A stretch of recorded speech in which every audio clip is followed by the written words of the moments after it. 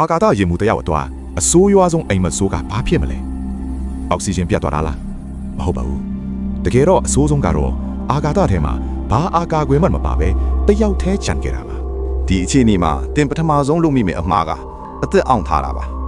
ဒါပေမဲ့ဒါကတင့်ကိုတေချောင်းကြံတာနဲ့အတူတူပါပဲ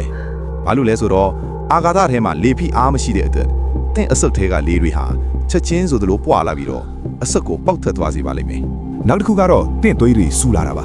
ဒါကအပူကြောင့်ဆူတာမဟုတ်ပဲဖိအားမရှိလို့သွေးထဲကနိုက်ထရိုဂျင်တွေဟာပူပေါင်းတွေအဖြစ်ပြောင်းလဲသွားတာပါဒါကို ebulism လို့ခေါ်ပါတယ်တင့်ခန္ဓာကိုယ်ဟာပုံမှန်ထက်2ဆလောက်တောင်ဖောင်းကြွလာပါလိမ့်မယ် ဒီငရဲကြတယ်လို့ခန်းစားချက်ကိုတင်15စက္ကန့်ပဲခန်းစားရမှာပါဘာလို့လဲဆိုတော့အောက်ဆီဂျင်ပြတ်လတ်မှုကြောင့်အုံနောက်ကအလုံးမလုတော့ပဲတင်တတိလစ်သွားမှာမို့လို့ပါဒါပေမဲ့တင်နှလုံးကတော့နောက်ထပ်စက္ကန့်90အထိစက်ခုန်နေပါအောင်မယ် အာကာသထဲမှာတင်ချက်ချင်းအေးခဲသွားမှာလားအဖြေကတော့မဟုတ်ပါဘူးအာကာသဟာလေမရှိတဲ့လေဟာနဲ့ခီလိုအပူစီးကူးမှုနေပါတယ်